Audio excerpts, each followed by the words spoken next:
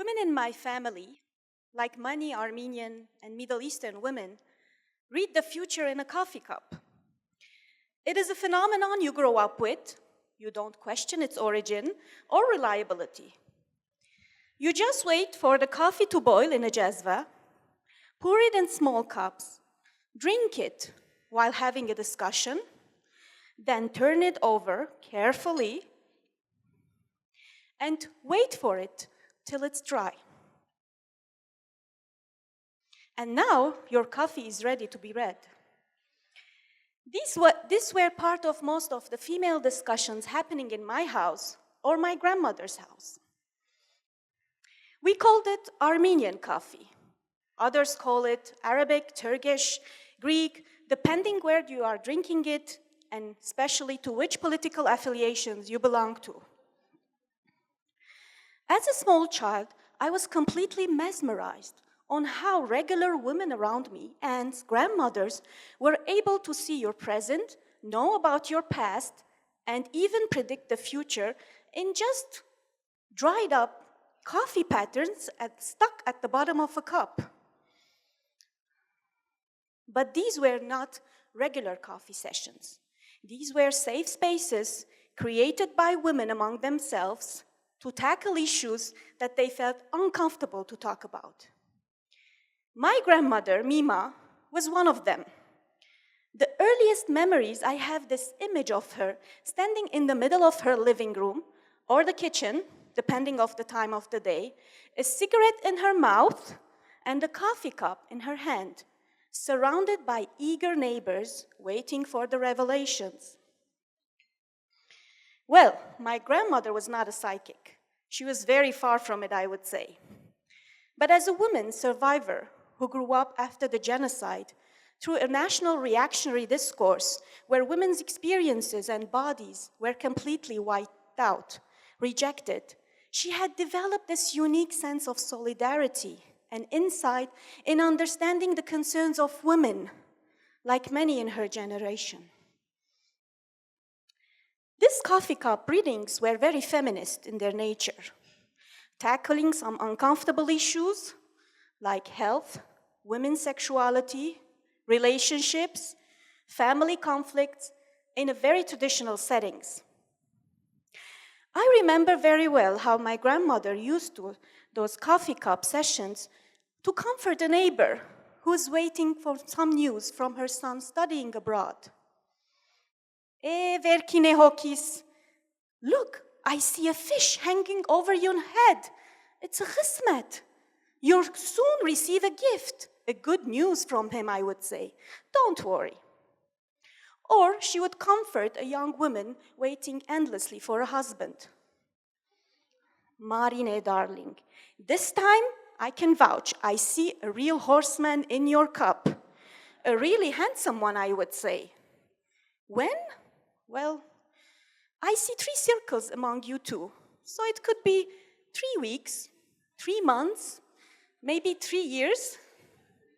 What can I say? I see what I tell you what I see and you draw the conclusions. I also remember the reading session with our downstairs neighbor, Seta. Well, Seta used to show up very early in front of our doorsteps with bruises on her face and tears in her eyes.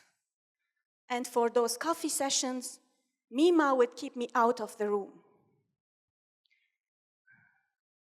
Years later, while I was researching at my university library, I came across this interesting article.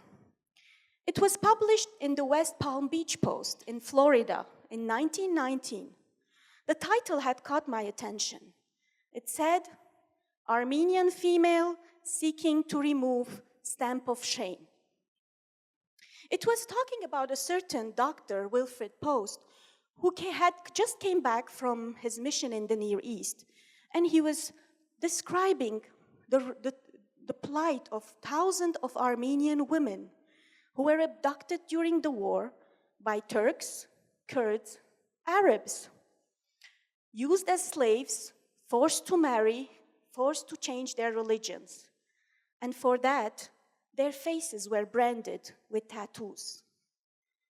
And once rescued, most of them had tried desperate measures to wipe that shame from their faces. And some of them would end up at the relief hospital to be treated for injuries they have inflicted upon themselves by pouring acid on their faces. That night, I took my coffee cup and went to see my grandmother. It was my turn to ask her some difficult questions. Mima, what happened to those Armenian women who were raped during the genocide and survived? Those who were forced to marry the enemy, sold as slaves. I can't see them in my cup. Where are their stories? Who remembers them? What were those tattoos on their faces? My grandmother, a strong woman, survivor, who had spent most of her life struggling to rebuild a life, a family, a whole community like many in her generation, for the first time, she kept silent. Shh. Amote. Shameful. Zabel Yesayan, a feminist writer, a survivor herself, was one of the first to raise the issue of sexual violence against women during the Armenian genocide. In a short 10-page report she presented during the Paris Peace Conference in 1919, where she described in details the heroism and the role that Armenian women played during the war, and also raising the issue of the sexual violence they were subjected to. Oddly enough, that report was never republished until today. Certain stories like this are silenced over the years, while other stories of heroism and resistance are remembered over and over again. Women's bodies used as battlegrounds, rape as weapon of war, this continued again and again after the genocide. 1994, Rwanda. Between 250,000 and 500,000 women were raped in the 3 months genocide in the country. Up to 60,000 women were raped in the former Yugoslavia, 1992. 40,000 women in Liberia. At least 400,000 women in the Democratic Republic of Congo since 1998. And it continues today. Syria, Iraq, the Yazidis. For my grandmother's generation, coffee cup was a form of support, a resistance in a very patriarchal settings. In my hands, this legacy became a power tool, a tool that I used to break the silence over taboo issues. But most of all, I used it to empower women around me.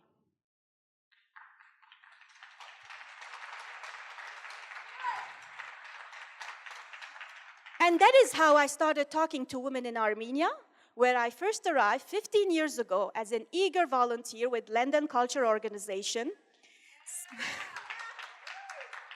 spending my summers in the most remote areas of the country, rebuilding churches, schools, hospitals. And you know, for young volunteers like us, there was not much entertainment happening in the villages. So after work hours, I used to take my coffee cup, visit the local people's house, sit with the women, drink the coffee, read their cup, and the conversations will start. From during that time, I remember one story very specifically, the story of Irina.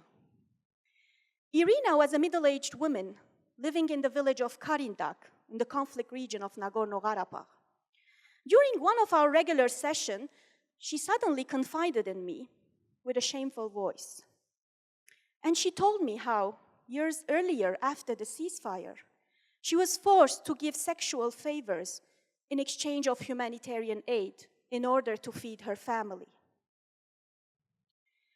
For all the Irinas sitting in the audience today, you are not shamed.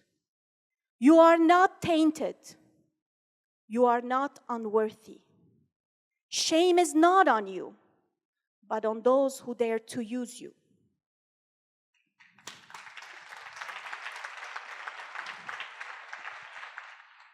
Add to the genocide 70 years of Soviet occupation, where a state-imposed gender equality changed little in the personal life and the private sphere. Of course, women went out, worked equally with men, held positions, but in the core of the household and the family, they kept the same roles, the same positions, the same expectations.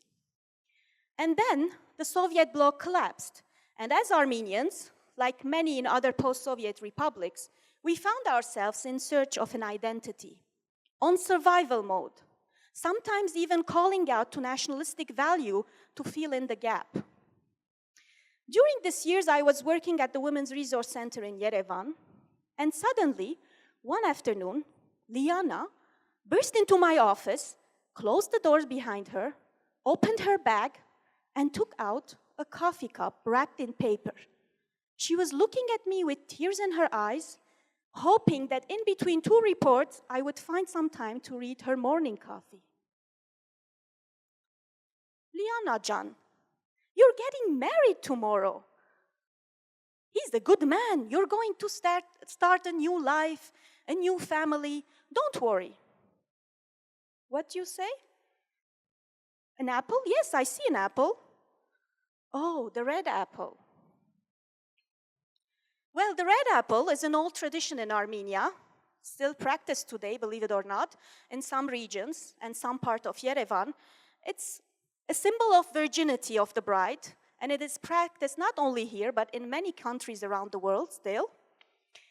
But specifically in Armenia, the day after the wedding night, the family of the groom, after making sure that everything was okay with the bride, meaning she was a virgin, they will fill a basket with apples, red apples, and visit the family of the bride to thank them for raising a pure Armenian woman, a virgin bride for their son. But of course, all this is done as publicly as possible and as loudly as possible. So everyone, the neighbors, the children playing in the playground, the corner store seller, the postman passing by, would know about the news.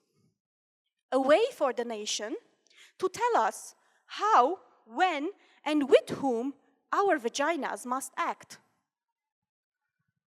On the other hand, according to local doctors, the second most popular aesthetic surgery in Armenia is the reconstruction of the hymen.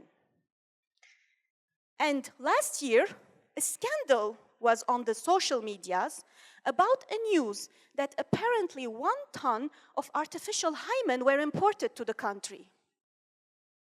The nation was outraged. They had finally realized that Armenian women were having sex before marriage and sometimes fooling them by faking it. For all the Lianas today in the audience, all those living around the world in countries where religion, customs, tradition are used as an excuse to control your sexualities, I wanted to remind you that 5 years ago, a group of local Armenian women gathered all the red apples they could find around them, and in a mock ceremony, they buried them in the backyard of the Women's Center. So feel free to share that news. Unfortunately, there were some women whose coffee cups I was not able to read. When Maro invited me for the first time to her house, it was for her funeral. She was lying in a coffin, dressed in her bridal gown, in the middle of her parents' living room, surrounded by weeping relatives and her mother, who kept kissing her lifeless hands. Maro was a 20-year-old mother of 1-year-old, 4 months pregnant, when one morning they found her hanging in her bathroom. They said it's suicide, until her mother broke the silence over the violence that Maro was living in her family by her husband. I remember very well that day in July when we entered that room with our lawyer and a friend photographer asked everyone to leave the room for a while, took photos of bruises on her face, neck, hands, and feet, all those marks that the forensic doctor had omitted to include in his report. Months later, with the help of her brother, we dug her out of her grave for another round of testing. And that is how a criminal case was opened. Today, Maro's case is at the European Criminal Court of Human Rights.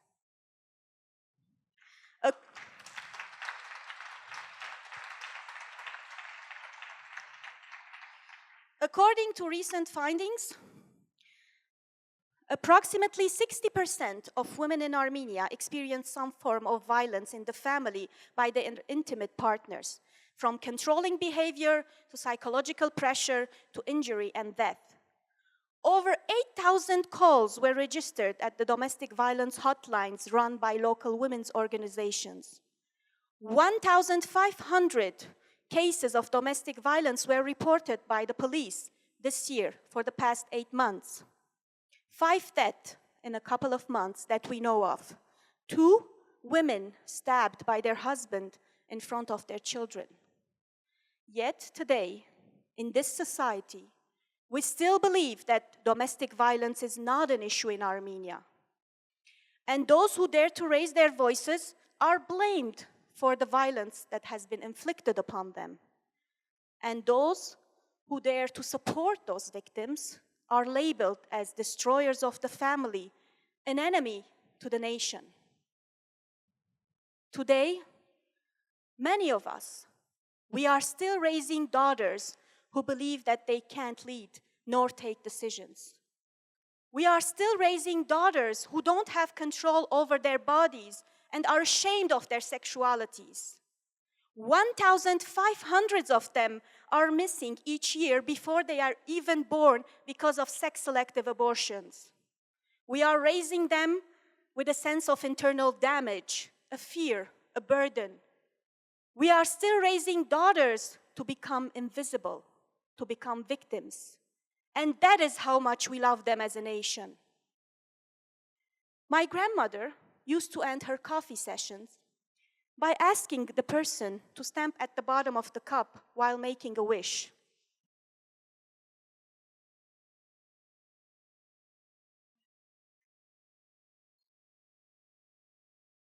Wow, I see light, hope, shame fading away at the bottom of the cup. Today, the process of unshaming the future starts with each one of us here. Today, I ask you to hold the hand of a little girl around you, a daughter, a neighbor, a cousin, a niece. Look right into her eyes and tell her your well-being, your happiness, your sexuality, your life, your right do come before the nation. Thank you.